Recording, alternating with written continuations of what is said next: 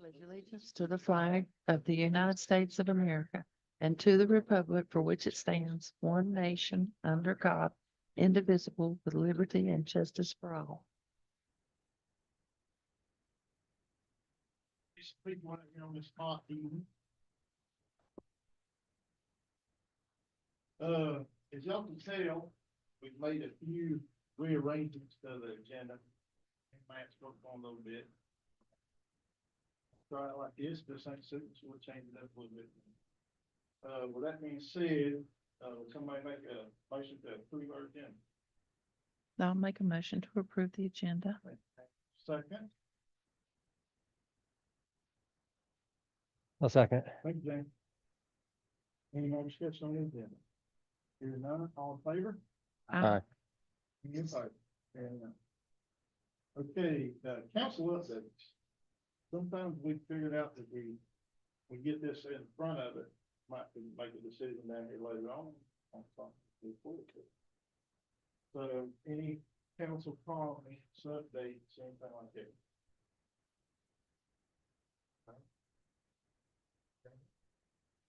Me neither. Looking at working on going door to door, I got 4 more this week. Staff updates, we'll move them up. If clerk could get us something. So I attended the NCAMC Municipal Clerks Conference last week in Charlotte. Thank you for changing your council meeting so that I could attend that. And I learned something new, and that's why you have a resolution on your agenda tonight. Thank you.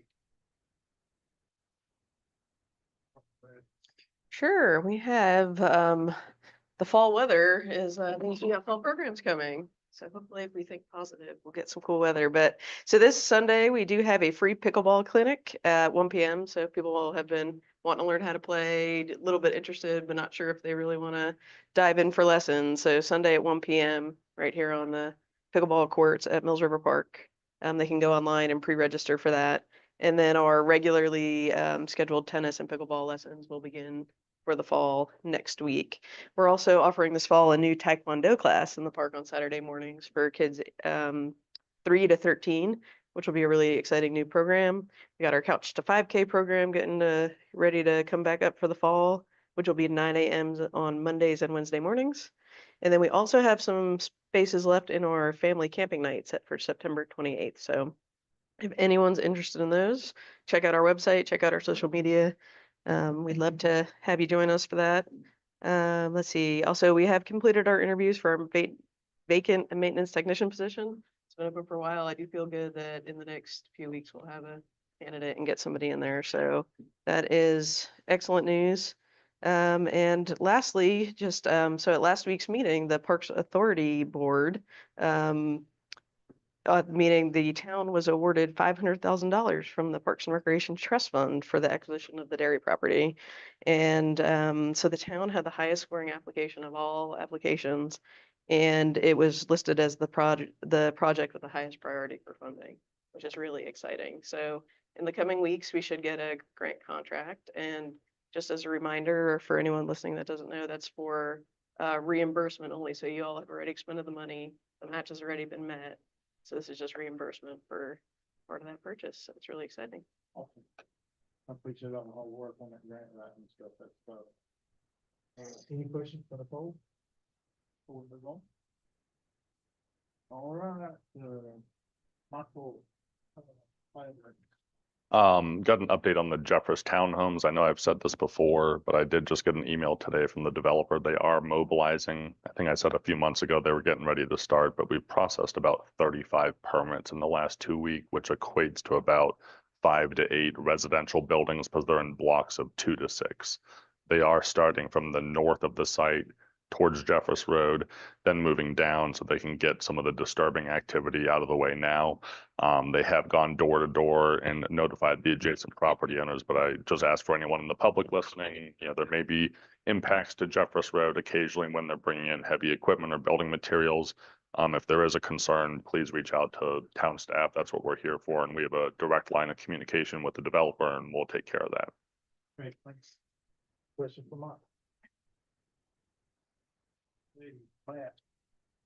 Good evening, council. I have a few items for you. The first one for yourselves and for those listening in the room and at home, that Monday, the September 2nd is Labor Day, and so Town Hall will be closed on that day. The other item that we have is that we have gone ahead and scheduled the Volunteer Appreciation Dinner. That is going to be on Wednesday, October 23rd. Save the dates have already gone out to everyone, but just as a reminder for yourself, to look at those dates, to make sure October 23rd is available for you. And that this year we're actually going to be at the Laurel Room at High Vista. So it's a change of venue from last year. A couple of items of note. I've already mentioned to a couple of you all, but we are going to be looking at the AV and audio video needs for this space over the next couple of weeks. So there may be some changes that come up. So if people can hear me at home, that there may be some changes coming forward, but if they can't hear me at home, then there may be some positive changes coming forward. And so we're going to be looking at that and trying to prioritize it. The council has requested a while back a solicitation and peddlers ordinance. And so I just want to give you all an update on that briefly, that we are currently on track to bring that forward to you all on September 12th for your consideration. And then at the same time, we may also have another ordinance coming forward for consideration, which is the animals in town-owned facilities ordinance. So we're still in the final processes of both of those, but we're currently planning on the next meeting in September for you all to consider both of those items. And then last but certainly not least, we got some exciting news from our partners over at the Mills River Fire Department that they were able to retain their Class 3 fire insurance rating. And so for those of you that may not be aware, the fire insurance rating, it's classification from 1 to 10, and it's really based off of the better rating says usually indicates that a community has a lower risk of a serious fire damage, that it's well equipped to prevent, mitigate, and put out fires and other issues. And so retaining its Class 3 fire insurance rating is something that I think is highly commendable, something that we need to celebrate and thank them for their hard work over there. And what it really means for you all as residents and for commercial properties as well is that obviously the higher rating typically shows that there's also a cheaper insurance rate onto those properties, right? So again, because they're able to respond in a way to mitigate those fires, mitigate those risks at a certain relative to other ratings that may be of a higher number. So again, incredibly exciting news for them. And I just want to take a moment as well to thank them again for all of their hard work and their dedication to supporting life and property within our community. So with that being said, those are all the updates that I have. Mr. Mike. Public comment. I think we had one signed up, Mr. Jack Walton. Thank you.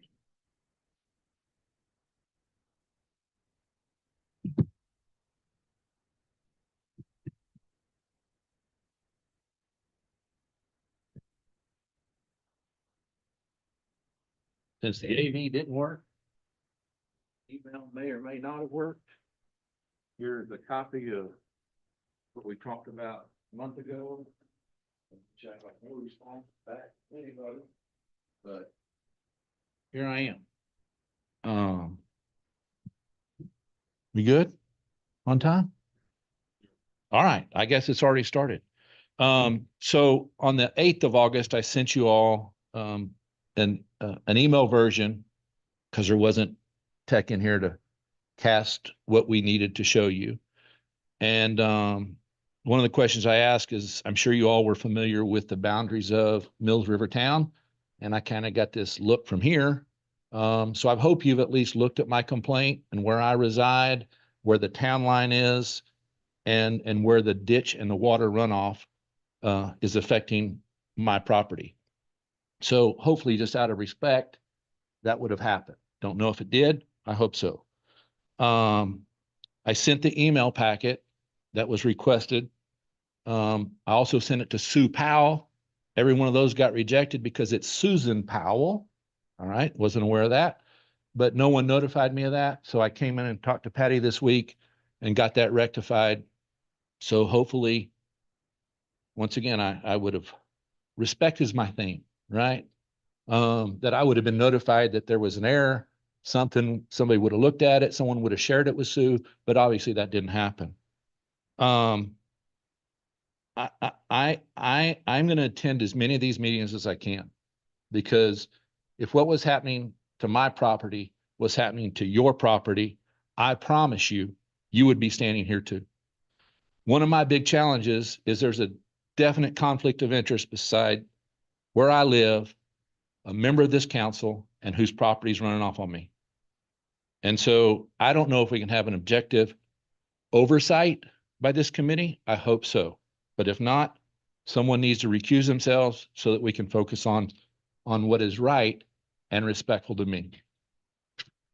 I don't want to be a guy that comes once a month and talks for 3 minutes, only to let you guys nod and say, all right, next, only to be swept away thinking he'll go away. I promise you, I'm not going to go away. I will be back, and I'll be back until I get some sort of response from. Awesome. Looking forward to it. I hope there's something. Matt sent me a message yesterday afternoon that was sent to him on the 14th. 2 weeks, but I got something of vague, right? But there was something that happened. But I'm going to keep coming. I appreciate y'all giving me 3 minutes. I got 6 seconds. Be respectful. Be respectful of the town and its neighbors. Okay, so I got a hold of Matt after that. We got, Matt reached out to DEP, to get an investigation started over there on that property. Mhm. We did hear back this evening through the grapevine that everything passed. They're doing everything up to their standards, and that's the highest, that's as high as I could go. The total. Soil and water, all them are below them. So that, they said that they was gonna get us a report next week sometime. Since I was here the last time, they've added 50 round bells to stop the erosion. Yeah, they're. All right. So it's a reactive thing, not a proactive thing. So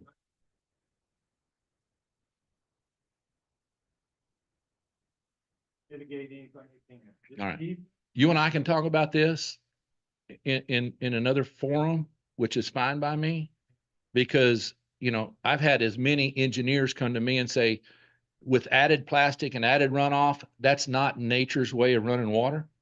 So we can all argue we're pro ag and we're pro this and we're pro that. But at the end of the day, if you were being run off, if you were a builder in this town, you couldn't do to me what he's doing to me.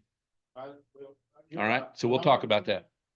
All right. But I will say that I here, as the mayor of Mills River, Mhm. stand right here today, and I'm telling you, I stand for the farming community of this. Shay is not here. I don't know what that's all about, but Shannon Gaunt stands for the farming community. As we all should. The local and the majority tell me otherwise, I'll stand my ground, As we should. so just keep that in mind. Appreciate your time. See you next month. Okay. Any more public comment? Hearing them, consent agenda. Motion, please, to approve our consent agenda. Mayor Gantz, I move that we approve the consent agenda as presented. Thank you, Jeff. Second, I'll second it. any more discussion? Favor? The regular agenda. Update and decision on the playground project. Discussion, no decisions needed tonight, just discussion. Yeah, so as you all probably remember, back in 2023, the town was awarded the Accessibilities for Park grant to add accessibility and to our playground to focus on inclusivity and access for all. So the town has been working behind the scenes. We've been working with WGLA Engineering on this project, and the playground manufacturers to take what the concept we put in our grant and put that down on paper for reality. So we're WGLA Engineering. Tom Jones is here today just to share that with you, give updates, see if there's any questions. But we are to the point that we would like to start putting this out to bid to start getting this going, and we're real excited about that. So I'll turn it over to Mr. Jones, and if you have any questions or concerns, we will be happy to answer that. Thank you. I think there's a slide or something in your, you have a little you have a little drawing in your packet. I think we can get up on the screen maybe too. If that'll might help for the actual plan. It's like Nicole was saying, we've drawn up a plan for this playground, and now we're pretty much at the point where within a week or so after this meeting, we'll be ready to send out to some contractors to bid the site work. So the idea is there's going to be a site contractor that's going to do kind of the heavy stuff, the grading, got to bring in some fill to make a mound basically. They'll do the concrete work, stairs. They'll eventually reroute the trail around this area a little bit. It's kind of, because it kind of bumps into the current and existing trail. And then the playground contractor would come in after that and do the actual playground equipment. And they would do the surfacing, the safety surfacing. So it's kind of like a two contractor process. And so what we're looking at doing now is bidding out the site work here after we finalize the plans within a week or so after this. So we've already coordinated a couple of times with I think the preferred playground contractor in terms of the equipment, and they're providing everything y'all are expecting and that the grant included. And also from a pricing standpoint, Nicole's worked with a couple different, and I think she's found the best price so far that'll help try to keep it as close to original budget as possible. There's been inflation since the budget was established, I think. So I am a little concerned of them coming higher than maybe y'all originally were hoping, but we'll see. We don't really know until these side bids come in. We just don't know. We have a pretty fixed number now on the playground equipment. So that's pretty solid. So we'll see how the two numbers put together, if that's in line with what you're expecting. But I think with some escalation of from inflation and with, like for instance, the bids will come in with the taxes included. So I think by the time you sift through all that, the numbers will be pretty close to what you were hoping to spend. So, but the plan is basically, so it's down here below. Okay. So basically you come right off the parking lot where there's a curb cut already, which would be like a wheelchair ramp. I don't remember why. I think maybe Bill did that lastly long ago when he did the park. I don't remember why that was actually put there, but we're able to use that for this situation to basically access this concrete sidewalk that it's going to wind around. That's that curved shape to get all the way down the playground in a 5% or less fashion, which will be accessible. So if you're in a wheelchair and you parked up top, you could actually come all the way down to the playground on that looping route. There's also the straight part that it'll be flat and they actually go up slightly to where there's going to be a shade, sunshade, and there'll be a picnic tables playing right now for underneath that's right in the middle of that circle. And if you want to go straight down and you're able to, you can use the stairs, go straight down to the playground. So that would be good because all the years people, gone through, first they just went down the bank and then y'all add the fence and they go under the fence and over the fence. And this will be good because it'll be an organized way to get down to the playground. And we do show chain link fence currently, probably black vinyl, that would kind of keep everybody having to use the provided access down there. So I already touched on it. We're going to have to bump out the asphalt trail a little bit to accommodate the playground equipment. And it's got all the different pieces on there. And Nicole probably knows the equipment better than I do, but there's like a spinner and a dome, and there's some musical instruments down there at the bottom.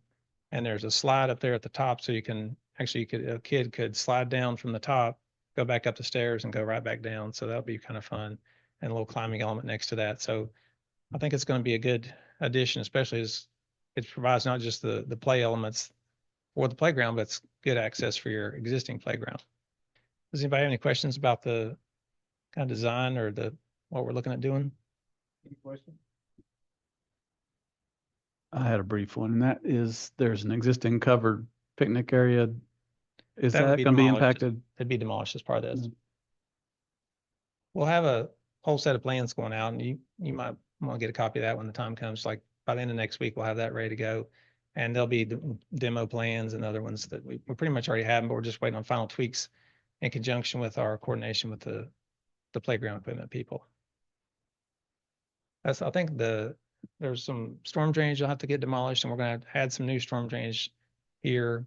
So like the components we've got going on, we've got grading we've talked about, we've got some demolition, we've got some storm drainage pipe and boxes. We've got some silt fencing, just a temporary erosion control. We already heard about that tonight type thing. We're gonna have stone base and asphalt for the trail. We've got the stairs and handrail I talked about. There'll be some edging curb there where the play surfacing will butt up to that the site contractor would build. We've got the concrete sidewalk, which is kind of the most important thing in this conversation. We've got some signs. We'll add a couple accessible signs at the top and paint stripe an aisle right there at that handicap ramp, and some seating and mulching, and probably do some matting of the slopes. So that's kind of the pieces that's going into it. Width of the steps between handrails, 6, 8 foot. I think it's 6. Do you remember, Thomas? Because the path itself, we've got 8 feet, so maybe 8 currently.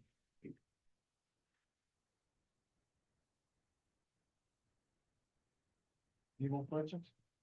Do you have an estimate on the project duration for from Your- groundbreaking to? Yeah, I put a Close little out. schedule in your packet, or I think I sent that to y'all. The idea is to bid it, send it to bidders on by the end of next week, we'd be ready to send it out. Hoping to receive bids on the 1st of October. Y'all would meet like on October the 10th, and if you like the bids, then you could award it on October the 10th. And then the goal would be like maybe start around the 1st of November for actual construction, trying to get past the major soccer season and when it starts getting cooler, start and do most of the work in the winter when it's less used. I know it's used all year long, but that's one of the things that we worked on the schedule, just try to get after soccer. It's more is starting to wind down, time changes, and it's hard to, you get less soccer. So starting around November 1st, I'm thinking about 4 months. I don't really think it'll take that long, but we need to give the bidders enough time so they don't feel pushed and charged too much. So we're allowing 4 months to basically try to be done by March the 1st with the site work, and then everything but the paving. So we have them come back and pave by the middle of May. That's the proposed schedule I have. There are holidays in there too. So that, it wouldn't surprise me if contractors will say this thing ain't gonna take but 30 days. I'm gonna start January 15th or something. It's like, okay.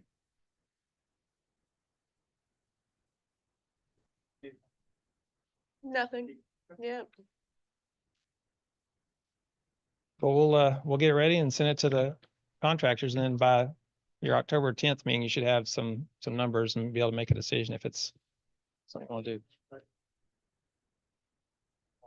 I don't know. They will get more than you would think, hopefully, because it's the town, it's us, and we work with a decent amount of contractors. So we just I'd hope to get 4. If we get 3 out of that, we'll invite all the ones that have worked in the town, or the most local, that's in the town, which is only 1 or 2 most. But it's kind of the usual list of names, but I'm hoping we can get at least 3. We'll invite, there's 4 or 5, I think, on the list. Thank you. Thank you. For you to get out of here. Appreciate it.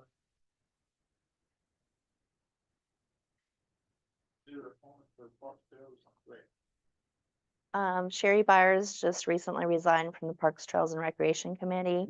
Her term was due to expire on January 11th, 2025. There's 5 applications on file. They have been emailed to council. So you have options tonight. You can appoint from the applications on file with a term expiring January 11th, 2025, or we have advertised position. We can continue to advertise and see what else comes in, and I can bring it back to you later.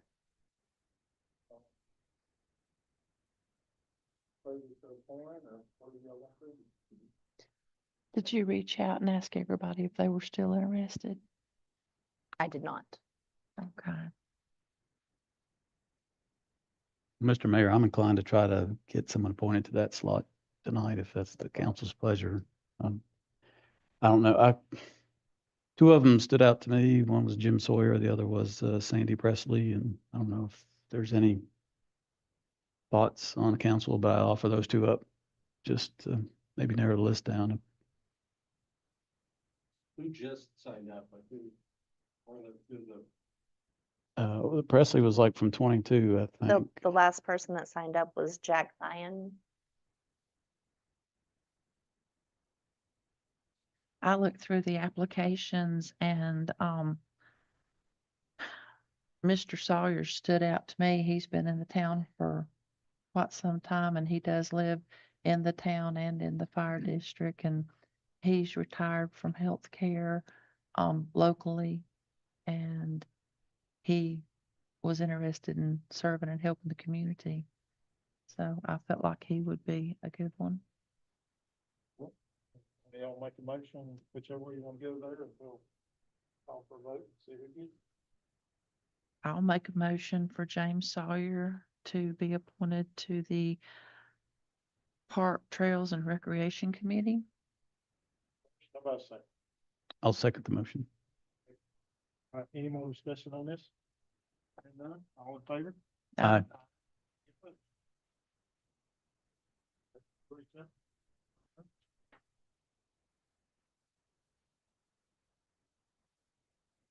C, consider resolution 2024-09. Library lease. Yes, council. So before you is the amended draft lease that you all, as a reminder, you all worked on this a couple of months ago with the interim manager to finalize a lease with Henderson County regarding the library space across from us. And so what you have before you is that amended version that has been passed by the Henderson County Commission. And so the one thing I wanted to call up for your attention is that we did update the one major amendment that they have made since the last time you saw this is that they requested a term change from 6 months of severability to a 1 year term for severability or expectation, or announcement. And then also on top of that, what you'll also see is that it has a 5-year contract term.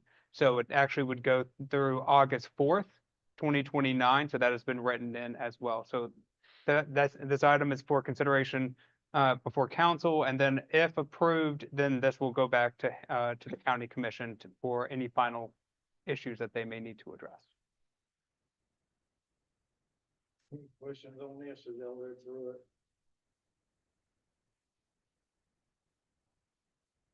I'll ask a question, even though I know the answer most likely, but our attorney has reviewed the document Yes, yes, she has. and provided us with any comments that Yes, she had. so and her comments have been incorporated into this document as well. Both her and the Henderson County attorney had been in communication throughout this process as well. So what you see before you represents that. Anything else? Any more discussion? While we're, what about the dogs in the building? Does that need to be in here? Because this is a building. Yes. Oh, Well, that's in here? So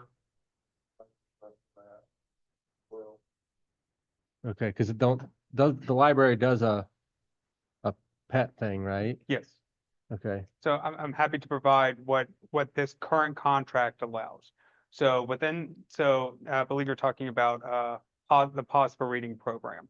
So what this contract allows is for any programmatic opportunities that the library will want to run as a part of their programming will be covered, and it would be a part of the liability piece within the contract itself. So my understanding and the goal would be that this would not affect any programmatic opportunities when it comes to that program. okay. Yes, and that's one reason for the need for this lease. Exactly. It takes us out of the responsibility of ensuring that department over there, exactly. with them running it with their own staff. When they have their own program, yeah.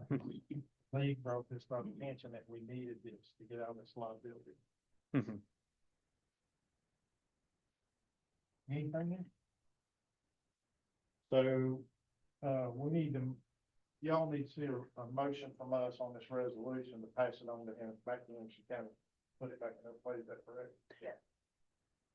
Yes, so as of right now, they have approved this lease as is. So by moving and approving today, this will be official. But we will send it back to them. There, again, to that point, there's a question about whether or not there may be a follow-up resolution that they need to move on. But for all intents and purposes, the contract will be signed.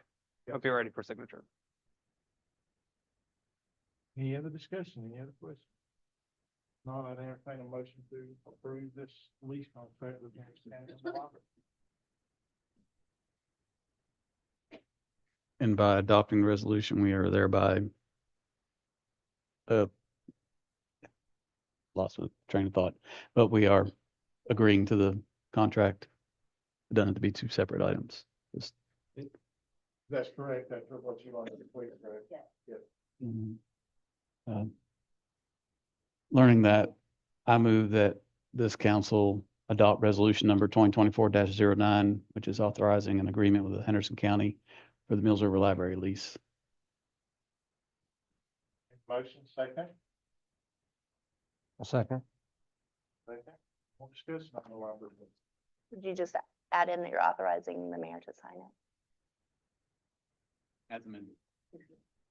You okay with it? man? Mm-hmm. Okay. Favor? Uh, Aye. Any opposed? And, all right. So now we need to discuss venue and dates for this public hearing on this potential rezoning. I'll take leads in that discussion. Sure, thank you. I won't summarize the whole rural residential rezoning effort, but this did come before council. The standard process is once the planning board recommendation makes a recommendation, we come to council to set a public hearing date so we can do public notice requirements. We did talk to the principal of Mills River Elementary School. They did confirm their auditorium can be used for this purpose for the town. And so they've put forth 3 dates that they've basically penciled us in. Those are October 10th, October 24th, and November 14th. And that's basically to provide us rezone options for the rezoning hearing. So basically the next step is council can choose or not to choose to set a public hearing for one of those dates. But that is the larger venue location that we've found. Just the one that we need to get.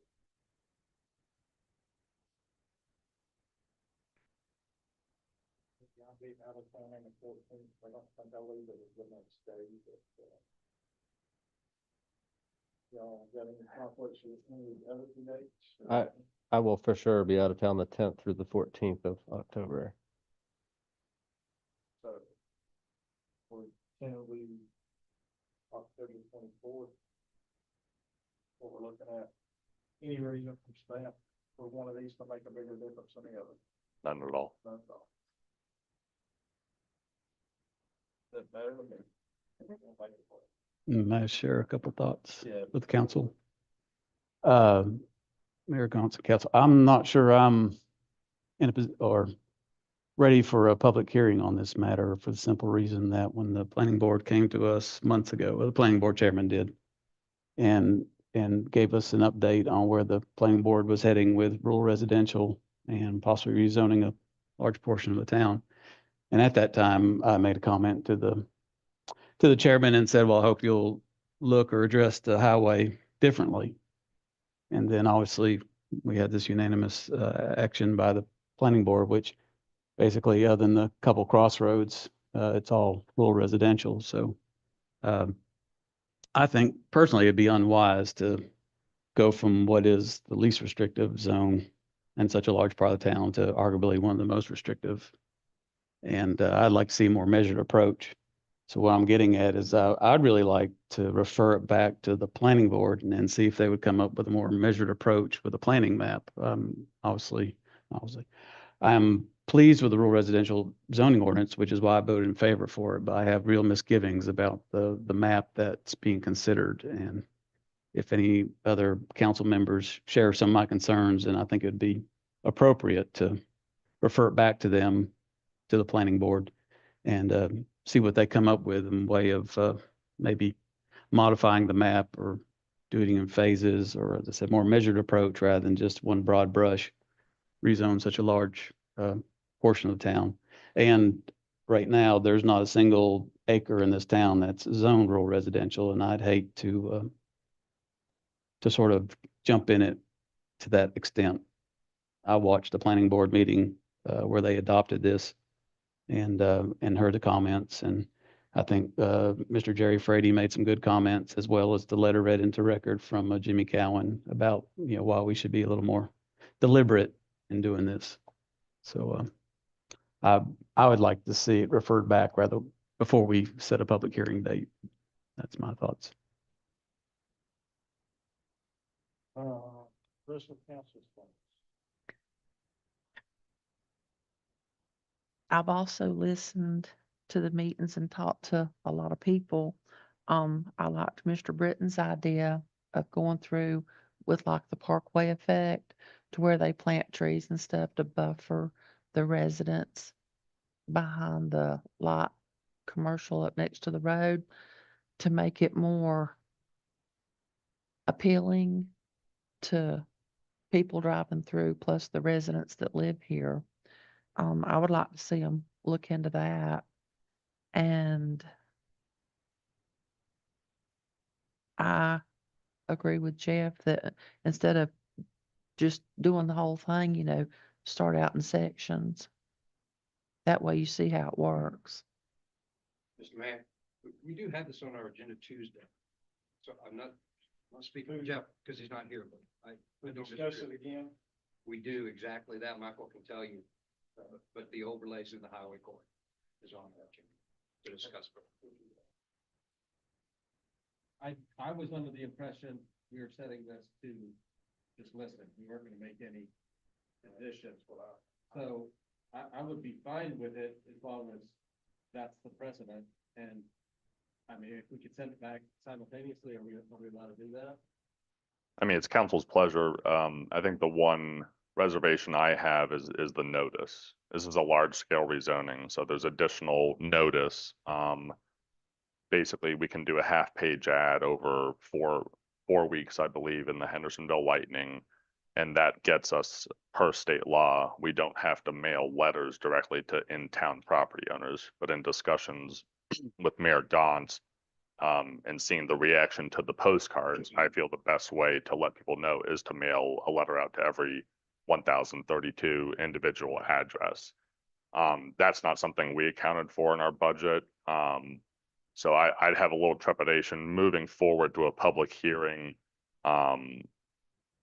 If direction is unclear at this time, we're also moving into the UDO process, so we're going to be engaging the public again for that. So you want to be careful of over engagement or engagement wear out. And then lastly, I did speak with the UDO consultant. Obviously, a zoning map analysis is part of the project. He did say that the earliest that would come in the process would likely be like December or January. So it's about a third of the way through the full project. But that would be the closest we could get to a land use plan, basically, by a professional looking at that corridor. It wouldn't be a small area plan like Mr. Britton said, but it would have a professional looking at it after doing all of his public engagement as well. So it's really council's pleasure. Again, it can be referred back to the planning board. You can set a public hearing and debate it there, and it can go whichever direction, and we'll take care of it. That's just my minor concerns.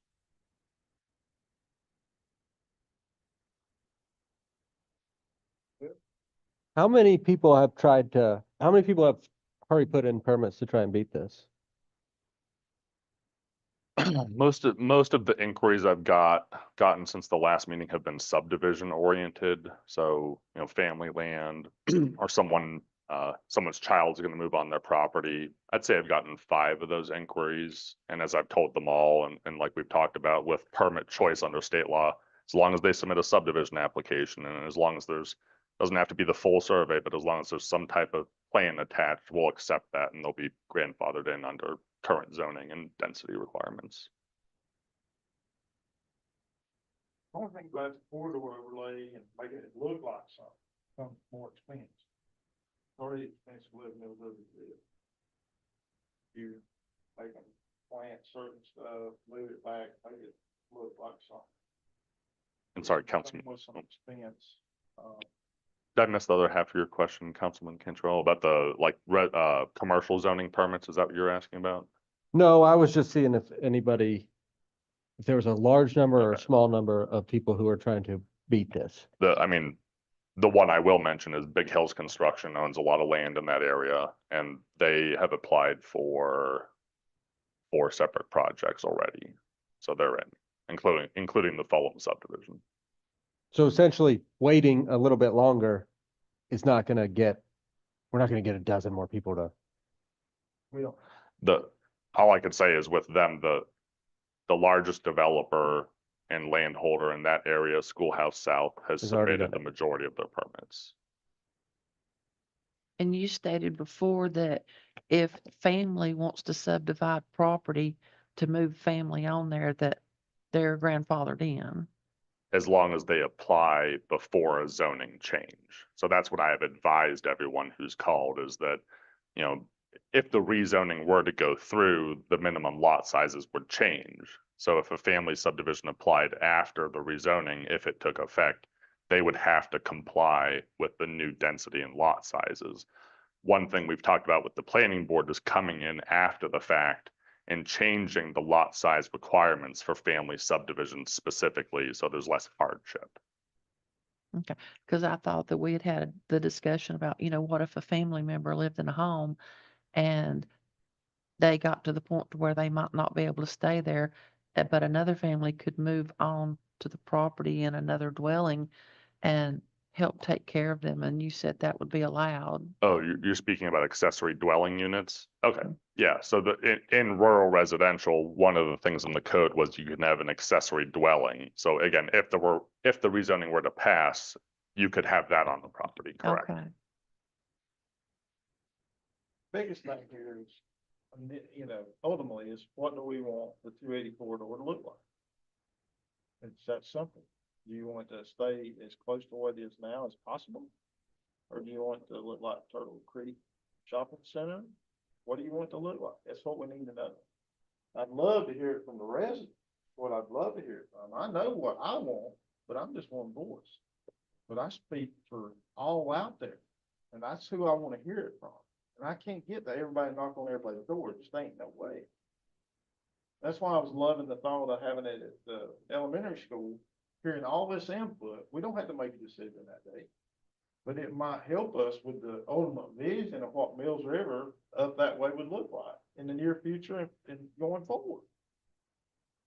I hear some talk, and where I come from, I'm pretty humble.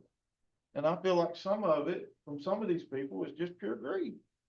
It's about the money, either for them or for their family they're leaving behind. But I've got to look after the ones that live here and is going to live here going forward. So I need to hear from most people. That's who I got to hear from. I mean, I understand where you're coming from. I'm getting a lot of the same pressure. You're smarter when it comes to looking at that and seeing what could possibly be done with it. But I just know these overlays and making them plant buffers and all this, it's going to look a lot better. But how much grief did we hear when they done the planning board brought it forth and we passed it when I was off council to have all these buildings look a certain way along the 280. That created a little bit of hardship. And you can imagine that plus trees, plus driveway angles and all that. I just don't know. I see a lot at the beach where you drive down through there and there's a row of trees and all that stuff's in behind it. It's still there. The dumpster's getting emptied early in the morning. It's all that stuff's there. I mean, it's there. I'm telling you, lights are there. It's all there. You just, the community needs to say, are we staying here and we're going to live here? Or are we going to move on because we can't stand it here anymore? That's where I'm at with it. Well, I'm about hearing from the residents. I mean, I know how tough it is to get 280 now. I get out of it every morning. I pass you. I fear for you when you're on them tractors. But it's just only going to get worse either way we go. But we can protect a little section. And if it's working good, then we move it, maybe do another section somewhere. I don't have to have a tax base of $10 million a year to make this place livable for us. We can do it with what we're getting. We're doing fine. That's where I'm at with it. And I'd love to hear from 6,000 people about it, but I just don't know how easy that's going to be to do. Mayor Gons, Yes. if I may, Mike mentioned earlier about the UDO and the UDO process, and a part of that is also going to have, we've included the zoning map as a part of that, and so I wanted to know, Mike, if you feel comfortable sharing a little bit about what also that UDO process may look like, just to help also with the timeline for them when it comes to recommendations that will be coming through that process, just to give a bigger picture of that. And then I'll also just briefly mention that I think, Mayor, you brought up some good points there when it came to the vision of the community. And one of the things I'll remind council of is that we are embarking on our first strategic planning process. And so I'm in the final stages of pushing that information out and start getting facilitators to come in and to provide that context for us. So there's a lot of alignment that's going to be going on over the next few months between the comprehensive plan, our other plans that we have, and going into the new strategic plan simultaneously with these decisions and conversations that we're going to be having moving forward. So so within the next 6 months or so, there's going to be quite a bit of putting our arms around all of these different issues and projects, and then trying to get into a cohesive product for us to be able to say, where is Mills River now and where is it potentially going to be going moving forward. So if it's all right with council as well, I'll just turn over to Mike to provide a brief update on the UDO. So we're fully engaged with the consultant now. You'll see this in your report this week, but we just scheduled his first meeting coming out October 9th and 10th. So that's, they're already working behind the scenes, but that's the first time they'll come out here and meet. That's the project initiation phase. So that's the first of 7 tasks or phases, and that takes about 2 months. So we can count September and October in that. Then there's a code diagnosis phase that takes about 2 more months. So that's when we get to November and December. There'll be another council meeting, steering committee meeting then. And we'll have public forums at both during both those tasks as well. In the third phase or task, that's when they deliver an annotated outline of the new UDO or the new code. That takes about 2 months as well. So we're about into December there. And then after that, we get the initial draft of the actual text. And that's the heavy lift that takes the longest. That's about 6 months.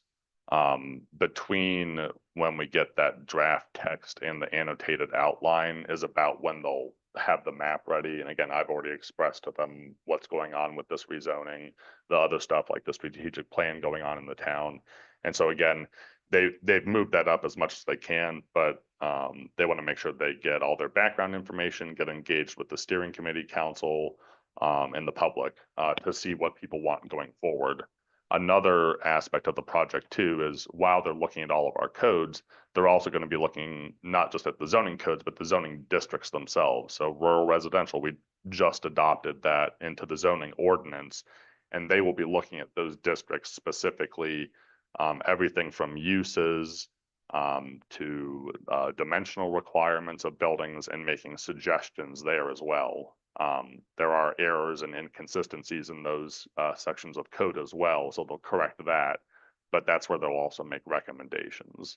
So again, the first time you'll really get to see that will be when we get the initial draft text, and that will be about 6-7 months into the project.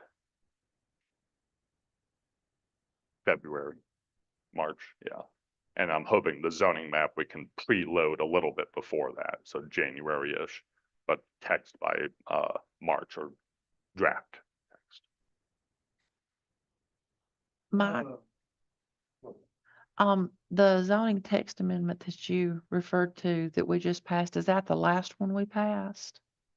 Yes, Okay, I thought that was not going to be applied. it hasn't. Okay, It's in the code just sitting there waiting to be used. So the rural residential is in the zoning code, but we've not assigned it to a single property. with it sitting like that, is it applied anywhere in town until it's applied? No, not until Okay. a rezoning action is approved by this body. Okay, So the water extension up 280 Public water? for any of these projects? Not to my knowledge. I've heard preliminarily that the Fulham tracks had some issues with like a community well, but again, we're still early in the process. We just got the plans, I think last Thursday, so a week ago, so we've not really dove into those yet.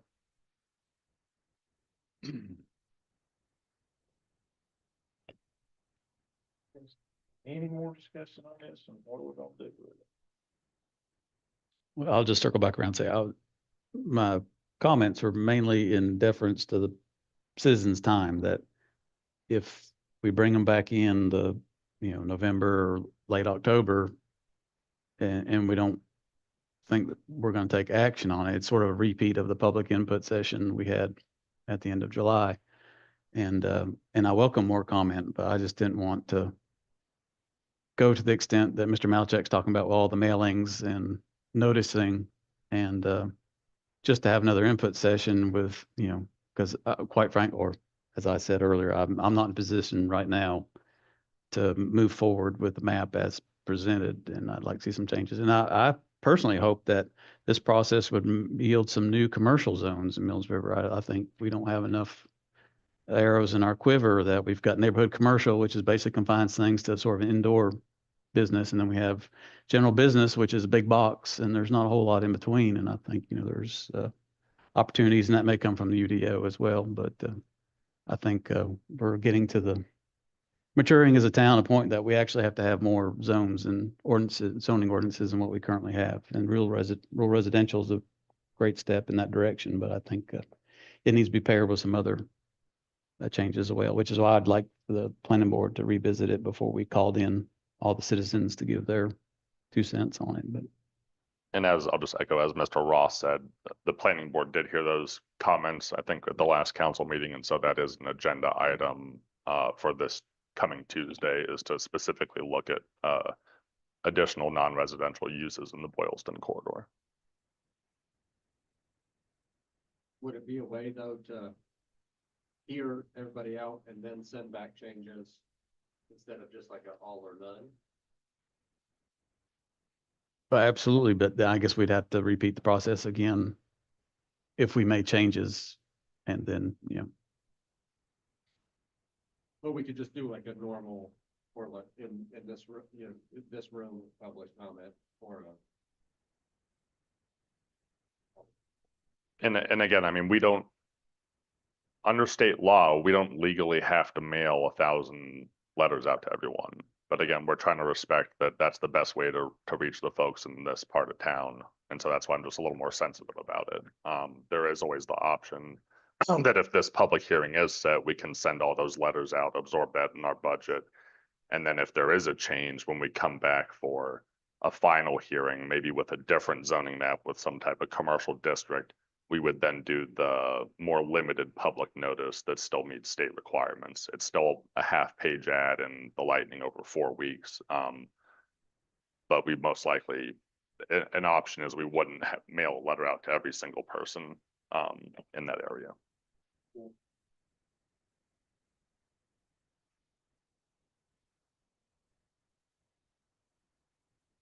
And I mean, I'm a little torn. I mean, I've been to 21 houses. I mean, it's not 100%. I mean, you get different feedback from everybody you talk to. You do. So, I would encourage, and I'm speaking loudly, I would encourage anybody out there that's listening, neighbors, whoever, call us, email us as council. Let us know what y'all want us to do with this. I mean, we got to know. There's no way 5 people up here should make this big a decision on this much property or any property without a bunch of input on it. Big decision making here, big decision. We're up for it, but we want to make sure we're doing the right thing. And if we've got the word of the people, then it's gonna be a whole lot easier for us to pull the trigger one way or the other. Leave it alone, mess with it, whatever. But we really need to hear from them. We do. Can I ask one more question? In your legal opinion, during this, this public, at the school, are we allowed to ask per person who comes up, do you reside in this map as it's written? Yes or no? I may defer to the town manager. I can't give legal opinions. I'm not a practicing attorney. But I believe it's council's pleasure to ask whatever question. I don't think that could be forced upon a citizen, but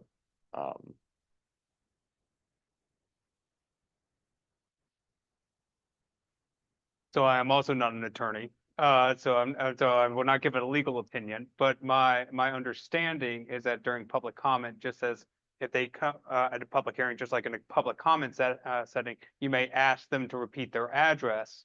That address can be on the record at minimum to be able to, check and see whether or not they're actually a part of that. But whether or not, that would get to the point of being able to understand whether or not that person may reside in that area. So, that being said, this is a discussion item. We'll have to take it. Well, I was gonna say that I've talked to a lot of people on this, and being a lifelong resident of Mills River, I do like rural residential. I do like rural agricultural. And what I don't like is the text amendment that was passed before this that stated what residents could and could not do with their property. I think that if the people own the property and the people pay the taxes on the property, I think they should be able to do within reason what they want to do on the property without a governing body telling them what they can and cannot do. And there's a lot more homework goes into this than just looking at an overlay map and rural residential. There's a lot goes into it. So I suggest that people do look and do their homework and read up on what this is, because, and we need a lot of input. If 7,000 people come and say, we want this, then okay. But if they don't, we need to know that too.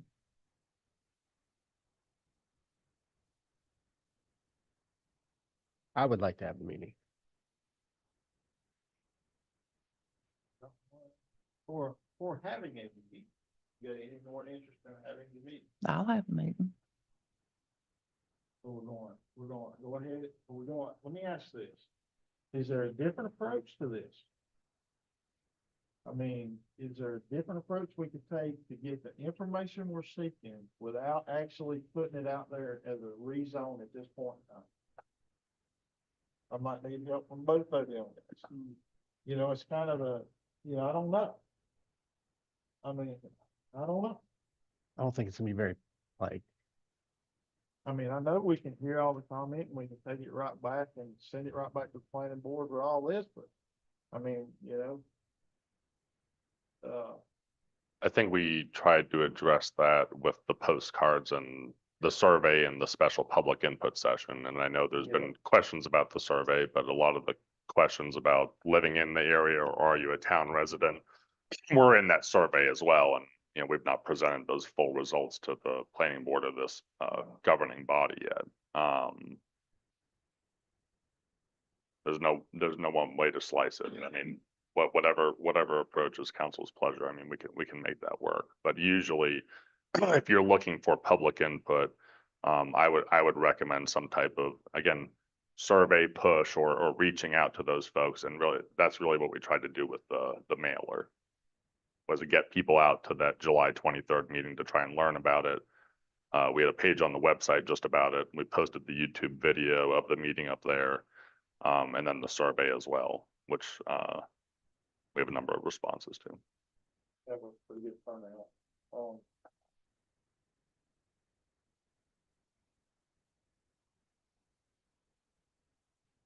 There's always a possibility we could have a meeting and not take any action on it or back up from it or change it altogether. Correct? Vary from it somewhat. Yeah, we might get in there and they might want to note at every intersection. I don't know, a commercial node, I don't know. The majority may want 500 foot down 280. I don't know. The only other option I'll throw on the table is obviously council doesn't have to make a decision on this tonight, and there is something on the planning board agenda in a couple of days regarding this. So of course it could always be tabled until the next meeting.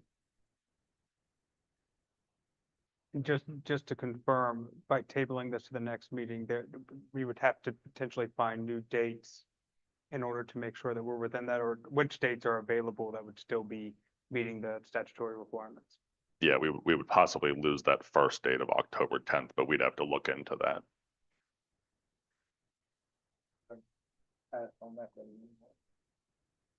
Yeah, about the survey, I'm not sure what kind of faith I put in the survey. Obviously people can take it multiple times, and you said you picked the ones that look alike and pitched them out. Well, what if mine was one of that way? Well, we didn't look at content and throw them out. We looked at timestamps. So I got an email every time one survey was submitted. So if I get 20 of them in 3 minutes, which was unusual from any other period of activity, that's a red flag. And then when we look at those specifically, and the language is the same, one can draw a conclusion. But what I'd like to, and again, we haven't had a chance to present this, I mean, there is raw survey data in the Google form that staff has not touched. And we have not had a chance to present that to y'all either. Are you be able to present that before? When are you planning on presenting that? It's council's pleasure. I mean, we went through it briefly at the planning board meeting, and then the recommendation was made for approval of the rezoning to council.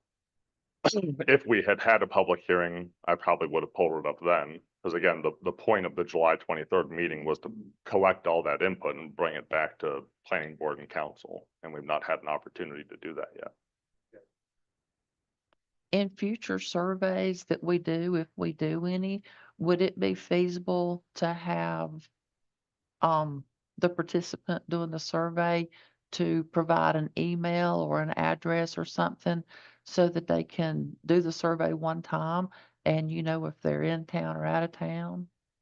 It is, to be completely honest, with the demographics in that area of town. I mean, we thought through every one of those scenarios, and some folks don't use email. Some folks are less technologically literate. And so we chose the most open method possible to try and get as many people to participate as possible. And in past surveys, when we have used SurveyMonkey, Mentimeter, stuff that either the town's paid for or a consultant's paid for, and we brought survey results back to, planning board or council, there's been some reservations about the accuracy of those results too. So honestly, we just took a bare bones approach because the direction from council was get as many people to participate and get as much feedback as possible. And we had one bad actor who came out in the planning board meeting and claimed it was her that did it all. And we tried to clean it up as best we could. But it's unfortunate. We had good intentions and someone abused that. To add on to that, the answer to your question is, yes, we are able to design surveys in such a way. There's a cost associated with designing, creating, administering those types of surveys. Those are options, and moving forward, if that is the will of council to create that type of survey tool, there are options that are available that we can explore. And they're on a one-off basis, that price, or would it be something we would, an amp or something we would need to buy? So, I apologize. In a good public administration response here, it depends. And so, but for instance, in my experience of years of working on community and business surveys, and when you partner with firms, consulting firms or survey firms, they have tools that are built in order to ensure that you don't, that they have to have valid addresses. Those addresses must be that are cross-checked on list. They only count the first one. They don't count the 50th one, et cetera. So we are able to do that. It can be a one-off. It can be contractual. And so it just, again, it depends on what is the will of council and what the actual purpose of those survey tools are. If it's going to be a one-off item such as this versus we're going to continue to do annual, semi-annual type surveying tools, then that may be a different approach. Okay. And I Yeah. believe the town, we did have a subscription to Survey Monkey with some of those capabilities, but again, with the expense and the limited use, we chose to save the taxpayer dollars, and that was kind of the approach we took here too. So do you want to let it go back to planning board, the planning board's gonna talk about the corridor and then see what they say at the next meeting. Have somebody present, or Michael can present it. And might make a decision then if we're gonna go to the public hearing about it, that way, I'll also add that I just assume we have a full council when any decision regarding this matter takes place, even setting a public hearing date. I'd feel more comfortable if we had 5 voices weighing in. So that's my way of saying tabling. I think it's an appropriate approach tonight. yeah, so it's not a big deal to move it out. So, with that being said, we'll see what the planning board has to say about it after their discussion and at our next meeting. So somebody get that on our agenda as a discussion item.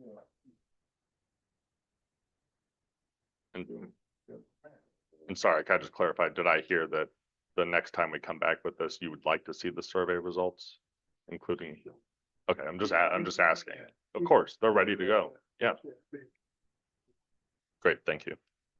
And Mr. Mayor, for one more point of clarification, it's tabling this, I understand, but for the purpose of our partnership with Mills River Elementary with the October 10th date, that we're able to, it's council's will to release that date back at Absolutely. minimum, and that we can work with them to see if we can, making sure that we meet the statutory requirements, but there may be another date or two that we may have to find.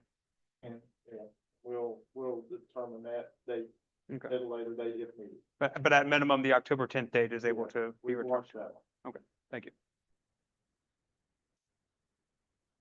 Any other business? You got anything for other business? No, sir, I have no other business. Council got any other business? None of mine?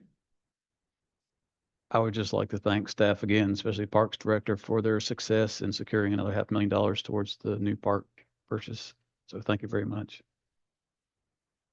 Anything else? If not, I entertain a motion to adjourn. So moved. Thank you. Second? I'll second. All in favor? Aye. Any opposed? Hearing none. We're out of here.